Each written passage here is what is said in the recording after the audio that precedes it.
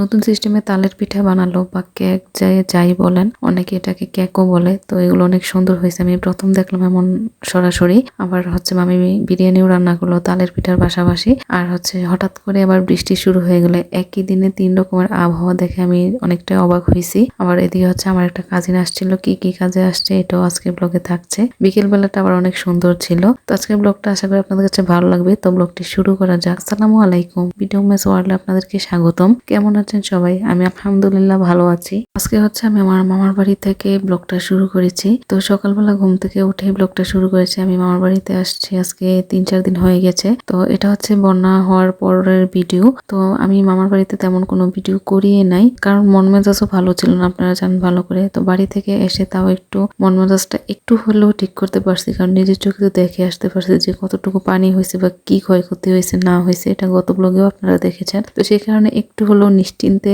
ছিলাম, কিন্তু টেনশন তো কমছেই না। যদি একটু মেঘলা আবহাওয়া দেখি তাহলে মনটা অনেক বেশি খারাপ হয়ে যায়, কারণ বৃষ্টি হলে তো আমাদের ওইদিকে পানি আরো বেশি বেড়ে যাবে, নদীর পানিও বেড়ে যাবে। সেই জন্য সকালে উঠেই বুঝতে পারছি যে রাতে বৃষ্টি হয়েছে, বাট ঘুমানোর সময় এতটা টের পাইনি। তো একটু মুড অফ ছিল, যেন সারাদিন বৃষ্টি হলে পানি কতটুকু বেড়ে যাবে না যাবে এইটা চিন্তা করে আর কি। তো চিন্তার মাঝখান দিয়ে হঠাৎ করে খেয়াল করলাম যে মামি আমাকে কিচেন রুম থেকে ডাকছে। তো গিয়ে জিজ্ঞেস করলাম কি হয়েছে। তো মামি বললো যে আমি বিরিয়ানি রান্না করছি, একটু ভিডিও করতে পারো। তো এটা শুনে আসলে মনটা একটু ভালো হয়ে গেছে, কারণ মামি অনেক সাপোর্ট করতেছিল ভিডিও করাটাকে, মানে ব্লগ করাটা। কারণ আমি পেজ দেখাই না, এই কারণে আরো বেশি সবাই সাপোর্ট দিচ্ছে আর কি। তো মামি তো বিরিয়ানি রান্না আগেই করে ফেলছে আমি যখন ঘুমিয়েছিলাম। তো এখন জাস্ট যে বিরিয়ানিটা উলটপালট করতেছে, তখন মামি ডাক দিল আর কি। তো এসে একটু ভিডিও করে নিলাম। তো অনেক বেশি রান্না করছে, কারণ আমার বড় মামার ঘরেও দিবে। তো এই বন্যার সময় এমনিতেই মন খারাপ ছিল, তার উপর আমার বড় মামির ভাই মারা গেছে। তো তখন আরো বেশি মনটা খারাপ ছিল। তো যেহেতু রাতে মারা গেছে, ওনারা সকাল সকাল রওনা দিয়ে দিবে, এই কারণে মেজো মামি সকালে ঘুম থেকে অনেক সকালে উঠেই বিরিয়ানি রান্না করছে। ওনাদেরকে না খেয়ে তো বের হতে দিবে না, কারণ খালি মুখে বের দেওয়াটা ঠিক না। ওনারা ওইখানে গিয়ে খাবে না খাবে এটার কোনো নিশ্চয়তা নেই, সেই জন্য সবাইকে খাওয়াই দিছিল। এখন একটা ক্লিপ দেখাবো, এটা গতকাল সকালের, মানে তালগুলো দেখতে কতটা সুন্দর লাগতেছিল। কালারটা জাস্ট দেখেন, অনেক সুন্দর লাগতেছিল। পাকা তাল এবছর এই প্রথম দেখলাম, তো ভালোই লাগতেছিল।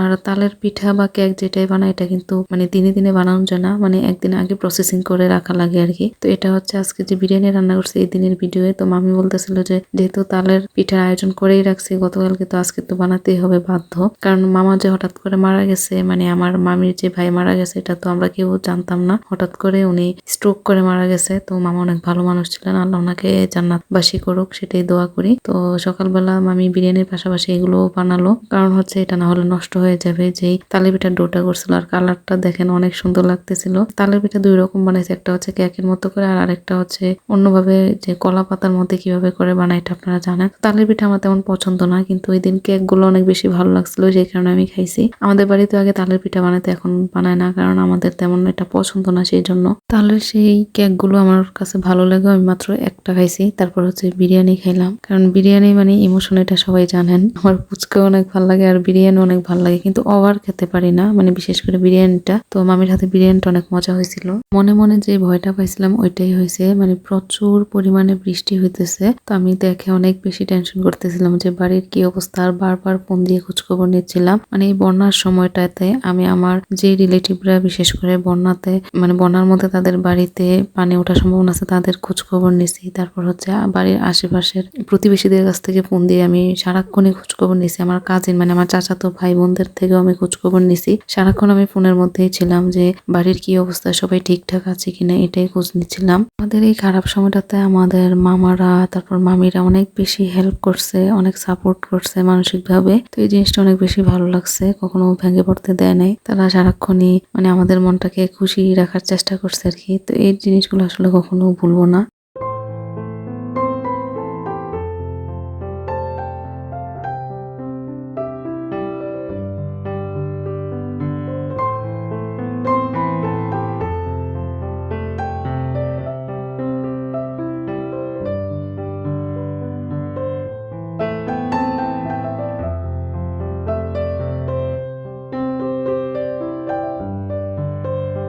মামি এসে জিজ্ঞেস করলো জাম্বুরা খাবো কিনা, তো আমি বললাম যে হ্যাঁ খাওয়া যায়, তবে আমি ভর্তা বানিয়ে খাবো। তো আমি বললাম যে আমার কাছে দেন, আমি হাজিরই আছি, আমি ভর্তাটা তৈরি করি। জাম্বুরা গুলো অনেক বেশি মজার। আমি যখন বড় মামির ঘরে ছিলাম তখনও খাইছি। এগুলো হচ্ছে আমার বড় মামির বোনের বাড়ির গাছের, কারণ বড় মামির বোনের বাড়ি তো পানি উঠছে, মানে বন্যার পানি আর কি, কারণ মামির বোনও কিন্তু আমাদের একই উপজেলাতে থাকে, আমাদের পাশাপাশি গ্রাম। তো এই তো এত মজার জাম্বুরা আমি আমার লাইফে কখনো খাই নাই। আর এত পরিমাণে জাম্বুরা খাইছি নানুর বাড়িতে গিয়ে বলার মতো না।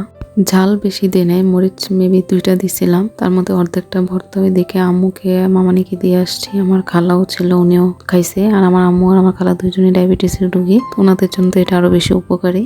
আমার ফুফাতো ভাই আসছে, আসার ও কারণ আছে, কারণ আমাদের যে ল্যাপটপটা, ওই ল্যাপটপটা সে নিতে আসছে। তো